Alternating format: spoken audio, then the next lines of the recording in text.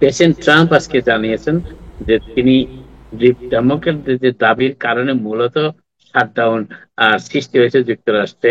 আহ, ট্রাম্পের দ্বিতীয় মেয়াদের প্রথম শাটডাউন যদিও তিনি বলেছেন যে তিনি স্বাস্থ্য বিষয় অর্থাৎ ওবামা কেয়ারের প্রিমিয়াম বাড়ানোর ব্যাপারে ডেমোক্রেটদের দাবি সে দাবি শুনতে রাজি আছেন, মানতে রাজি কিনা সেটা বলেননি অবশ্য। তিনি শুনতে রাজি আছেন এবং তিনি বলেছেন তিনি open to health care deal, তিনি এই ব্যাপারে একটি ডিলও করতে চান। কিন্তু তিনিও একটি শর্ত জুড়ে দিয়েছেন, সেই শর্তটি হচ্ছে যে আগে ডেমোক্রেটদের রাজি হতে হবে শাটডাউন বন্ধ করার ব্যাপারে।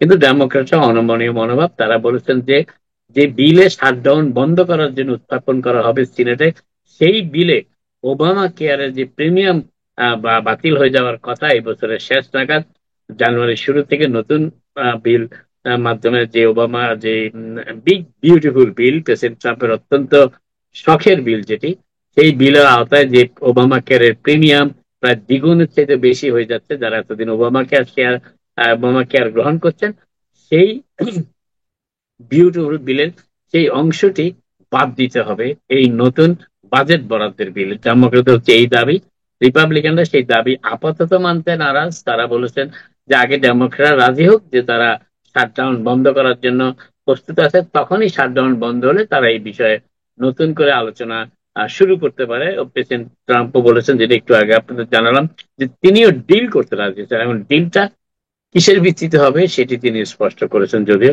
কিন্তু ডেমোক্রেটরা তাতে কর্ণপাত করছেন না এখনো পর্যন্ত।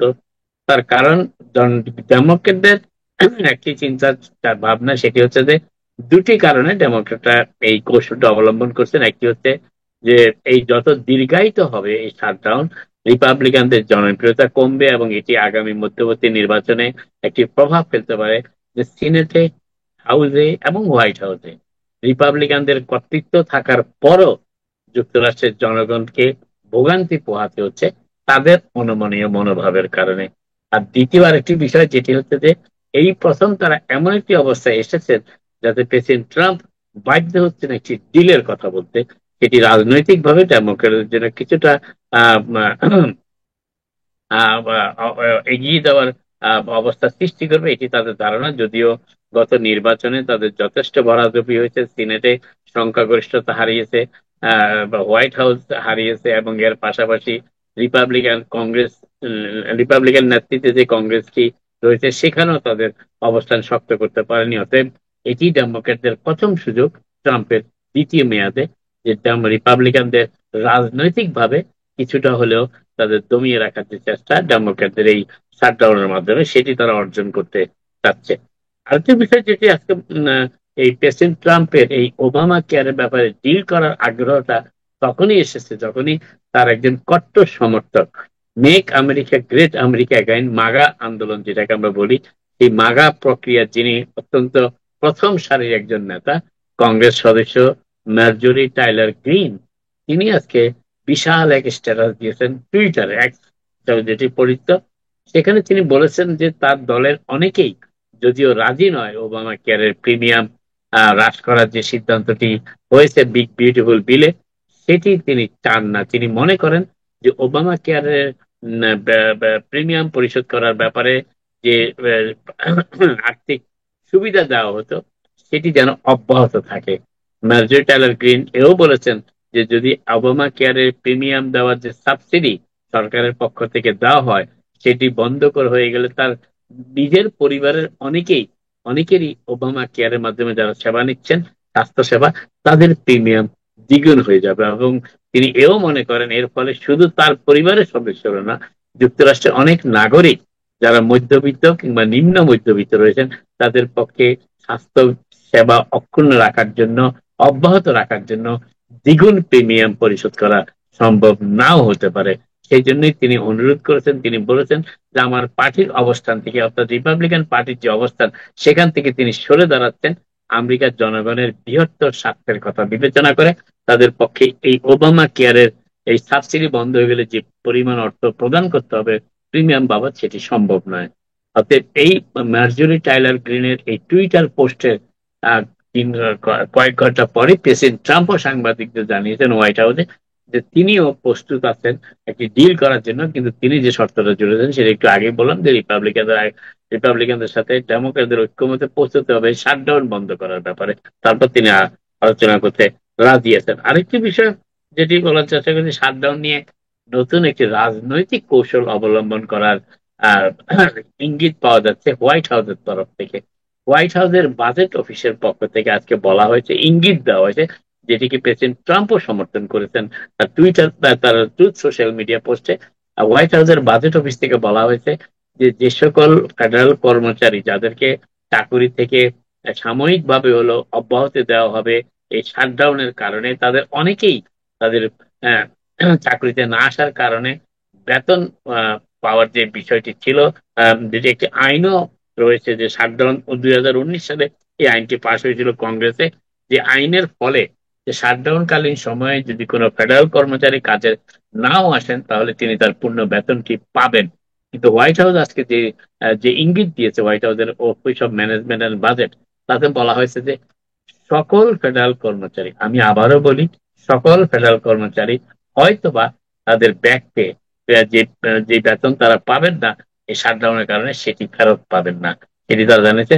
এ ব্যাপারে প্রেসিডেন্ট ট্রাম্প অবশ্য বলেছেন যে তিনি এই নীতিকে সমর্থন করেন, তবে সকলের জন্য নয়। তিনি একটু ফাঁক রেখেছেন, আর তিনি বলেছেন যে এমন সবদেরকে দেওয়া হবে যাদের যারা যাদের যারা অনেকটা বাধ্য হয়ে চাকরিতে আসতে পারছেন না, এবং বিশেষ করে এখানে একটি রাজনৈতিক কৌশল অবলম্বন করা হচ্ছে, যে তারা ডেমোক্রেট পার্টির সমর্থক হিসেবে বিবেচিত তাদের অফিস, এবং তাদের বিরুদ্ধে হয়তোবা শাস্তিমূলক ব্যবস্থা হিসেবে নেওয়া হবে। তবে এটি সম্ভব না, কারণ এতে অনেক বৈষম্যের মামলা জারি হওয়ার সম্ভাবনা রয়েছে। যদিও হোয়াইট হাউস থেকে এই ব্যাপারে কোনো ঘোষণা দেওয়া হয়নি, ইঙ্গিত শুধু দেওয়া হয়েছে যে সকল ফেডারেল কর্মচারীকে হয়তোবা বেতন পরিশোধ করা সম্ভব হবে না। এটি হচ্ছে একটি ড্রাফট মেমো, এবং সেটি হচ্ছে যে তাহলে প্রেসিডেন্ট ট্রাম্প অবশ্য বলেছেন যে সবাইকে না, আমরা আমরা বেছে বেছে সিদ্ধান্ত নিব কাকে বেতন ফেরত দিতে হবে, কাকে দেওয়া যাবে না। তবে তিনি কোন ভিত্তিতে এই যাচাই বাছাই হবে সেই বিষয় পরিষ্কার করেননি তিনি। আহ, আরেকটি বিষয় যেটি তবে এটাও বলেছেন যে মোস্ট পিপল, অনেক মানে বেশিরভাগ মানুষের জন্যই আমরা টেক কেয়ার করবো, তাদের তাদের বেতন ফিরিয়ে দেওয়া হবে, সবার জন্য না, এটাও প্রেসিডেন্ট ট্রাম্প উল্লেখ করেছেন আরেকবার। পর সাবেক সিআইএ ডিরেক্টর, যিনি প্রেসিডেন্ট বাইডেনের সময় সিএ এর দায়িত্ব পালন করেছেন প্রধানের, সেই ডাইরেক্টর জেমস কমি, যাকে কিছুদিন আগে জাস্টিস ডিপার্টমেন্টের পক্ষ থেকে আনুষ্ঠানিকভাবে অভিযুক্ত করা হয়েছিল, তাকে ইনডাইট করা হচ্ছে আগামীকাল। তার বিরুদ্ধে আনুষ্ঠানিকভাবে মামলা শুরু হবে এবং তাকে গ্রেপ্তারও করা হবে, হয়তো ইনডাইটমেন্ট হলে সম্ভবত গ্রেপ্তারই করা হয়। তার মার্কশট নেওয়া হবে এফবিআই প্রধানের, এবং তাকে দেওয়া হবে, যদিও তিনি ইতিমধ্যেই একটি ভিডিও বার্তায় বলেছেন যে তিনি সম্পূর্ণ নির্দোষ। তার বিরুদ্ধে যে গ্র্যান্ড জুরি বসানো হয়েছিল, সেই গ্র্যান্ড জুরি তার বিরুদ্ধে মামলা দায়ের করার পক্ষে গ্রিন সিগন্যালটি দিয়েছে, এবং সেই মামলা দায়ের করেছে দুটি অভিযোগের ভিত্তিতে। একটি অভিযোগ হচ্ছে, এবং প্রেসিডেন্ট ট্রাম্পের হাতে, নিজ হাতে বাছাই করা প্রসিকিউটররাই এই মামলাটি দায়ের করছেন, তার বিরুদ্ধে আনুষ্ঠানিকভাবে মামলা উত্থাপন করছেন ভার্জিনিয়ার একটি আদালতে। এবং তার বিরুদ্ধে যে অভিযোগ করা হচ্ছে সেটি দুটি অভিযোগ। একটি হচ্ছে যে অবস্ট্রাকশন অফ জাস্টিস, অর্থাৎ বিচার কাজে বাধা দেওয়া, আরেকটি হচ্ছে কংগ্রেসের শুনানিতে মিথ্যা তথ্য দেওয়া, মিথ্যা স্টেটমেন্ট দেওয়া। এই দুটি অভিযোগে তার বিরুদ্ধে মামলা দায়ের করা হচ্ছে। সাবেক এফবিআই প্রধান জেমস কমি, তিনি বলেছেন তিনি সম্পূর্ণ নির্দোষ, এবং তারা তাকে জানেন, তার দীর্ঘ পেশাগত জীবনের কথা জানেন, যে এই দুটি অভিযোগই সম্পূর্ণ মিথ্যা প্রমাণিত হবে আদালতে, এই ভরসার কথাও তিনি জানিয়েছেন তার ভিডিও বার্তায়। এবার বিচারকরা লসুট শুনে থাকেন, অনেকে অভিযোগ করে থাকেন বিচারকদের কাছে, আদালতে লসুট ফাইল করে থাকেন, কিন্তু এবার নিউ ইয়র্ক স্টেটের বিচারকরা লসুট ফাইল করেছেন আদালতে। নিউ ইয়র্ক স্টেটের সুপ্রিম কোর্টে কয়েকজন বিচারক মামলা দায়ের করেছেন স্টেটের একটি সিদ্ধান্তের বিরুদ্ধে। যে সিদ্ধান্তটি হচ্ছে যে 70 বছর বয়স পার হলে নিউ ইয়র্ক স্টেটে কোনো বিচারক আর বিচারকের দায়িত্ব পালন করতে পারবেন না, তাকে বাধ্যতামূলক অবসরে যেতে হবে। এই মামলাতে তারা একটি প্রশ্ন তুলেছেন যে যারা এই আইনটি প্রণয়ন করেছেন তাদের অনেকেই 85 বছরের বয়স্ক, কিন্তু তারা 85 বছর বয়স্ক লোকজন আইন পাশ করছে যে 70 বছর হয়ে গেলে বিচারকরা দায়িত্ব পালন করতে পারবে না, এবং এই জন্যই তারা এই মামলাটি দায়ের করেছেন। নিউ ইয়র্ক স্টেট সুপ্রিম কোর্টে। এখন দেখা যাক এই মামলার গতি কোন দিকে যায় এবং পরিণতি কোথায় গিয়ে ঠেকে। আরেকটি বিষয় যেটি বলার চেষ্টা করছি সেটি হচ্ছে যে আপনারা জানেন নিউ ইয়র্ক সিটিতে আমরা ইতিমধ্যে এই অনুষ্ঠানে একাধিকবার আপনাদের জানিয়েছি যে জানুয়ারির শুরু থেকে নিউ ইয়র্ক সিটির বাস এবং সাবওয়ের ভাড়া, এমনকি এমটিএ কর্তৃপক্ষের অধীনে যে ব্রিজ গুলো রয়েছে, টানেল গুলো রয়েছে, সেগুলোর ফিও বাড়ছে। বাসের ভাড়া, বাস এবং সাবওয়ের ভাড়া বাড়ছে। স্পেশাল বাস না, কিংবা যেগুলি সরাসরি বাস রয়েছে সেগুলি না, সেগুলিও বাড়ছে তুলনামূলকভাবে। তবে নিউ ইয়র্ক সিটির জীবনযাত্রার অত্যন্ত অপরিহার্য অংশ যেটি, সেটি নিউ ইয়র্ক সিটি বাস এবং সাবওয়ে সিস্টেম। সেই সিস্টেমের ভাড়া বাড়ছে, গড়ে $2.90 থেকে $3 যাচ্ছে। এবং একই সাথে আপনারা অনেকেই জানেন যে বাসে, নিউ ইয়র্ক সিটির বাসে এখনো মুদ্রা, যুক্তরাষ্ট্রের মুদ্রা ব্যবহার করা যায়। কিন্তু আগামী জানুয়ারি থেকে যখন নতুন ভাড়ার হার কার্যকর করা শুরু হবে, তখন শুধুমাত্র অমনি কার্ড ব্যবহার করা যাবে, কোনো কয়েনও দেওয়া যাবে না, মেট্রো কার্ডও দেওয়া যাবে না। তবে যাদের কাছে মেট্রো কার্ড রয়ে যাবে 2025 সালের 31শে ডিসেম্বরের পর, সেই মেট্রো কার্ড আর রিফিল করা যাবে না, অর্থাৎ মেট্রো কার্ডে নতুন কোনো পয়সা সংযুক্ত করা যাবে না। যাদের অর্থ রয়ে যাবে তারা সেটি মেট্রো কার্ডের সে অর্থ শেষ না হওয়া পর্যন্ত মেট্রো কার্ড ব্যবহার করতে পারবেন। তবে এখনো কোনো সময়সীমা বাঁধেনি।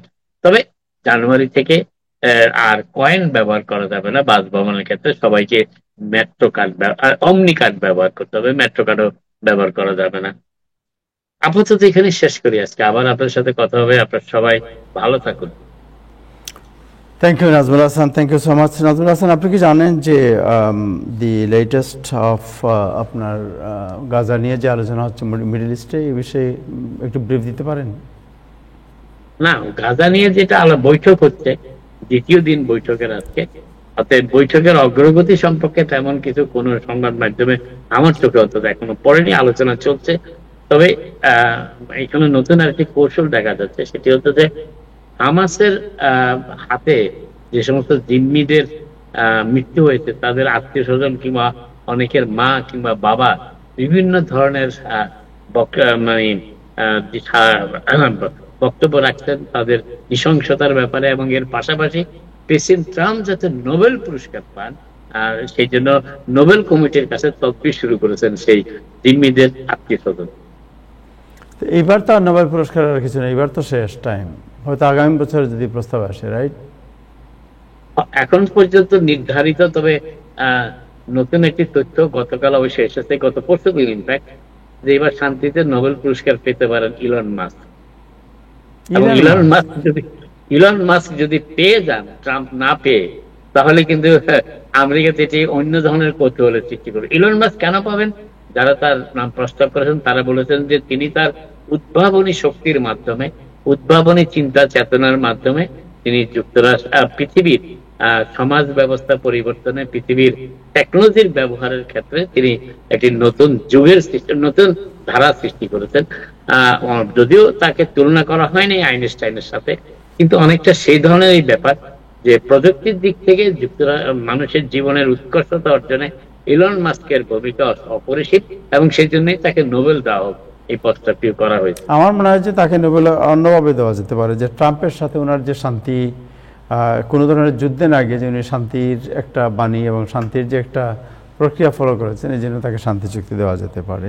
আরেকটা বিষয় জানতে চাই যে আপনি জানেন ইমিগ্রেশন কোর্ট সমূহের প্রধান হিসাবে যাকে নিয়োগ করা হয়েছে, উনি মেরিন রিপাবলিকের। তবে ইমিগ্রেশন কোর্টগুলি এখন মূলত আগে কিছুটা স্বাধীন থাকলেও আমাদের একজন অ্যাটর্নি আসতেছেন, তিনি বলতে পারবেন আরো বেশি বিশদভাবে। যতটুকু আমি জানতে পেরেছি তাতে মনে হচ্ছে পলিটিক্যাল অ্যাসাইলামের কেসের মেজর অংশটি, মানে মেজর কেস, মানে বড় অঙ্কের কেস এখন ডিনাই করা হচ্ছে সরাসরি। এবং এই যে নতুন যাকে নিয়োগ করা হচ্ছে, আরেকটি ব্যাপার যেটি নিউ ইয়র্কের কোর্টের অবস্থা উনি বলতে পারবেন, কিন্তু অন্যান্য স্টেটের যে কোর্টগুলি আছে, বিশেষ করে রিপাবলিকান, সেখানে কারো অ্যাসাইলাম ডিনাই হলে তাকে ডিটেনশনে নিয়ে যাওয়া হচ্ছে এবং রিপোর্ট করা, তাকে অন্য কোনো সুযোগই দেওয়া হচ্ছে না। Right, thank you so much. Thank you. অ্যাপিলের সুযোগ আছে, বোর্ড অফ ইমিগ্রেশন অ্যাপিলসের সুযোগ আছে তাদের আবেদন করার, কিন্তু সেই সুযোগটি অনেকে পাচ্ছেন না, এমনও অভিযোগ উঠেছে। Right, thank you so much. Thank you, আপনাকে অনেক ধন্যবাদ।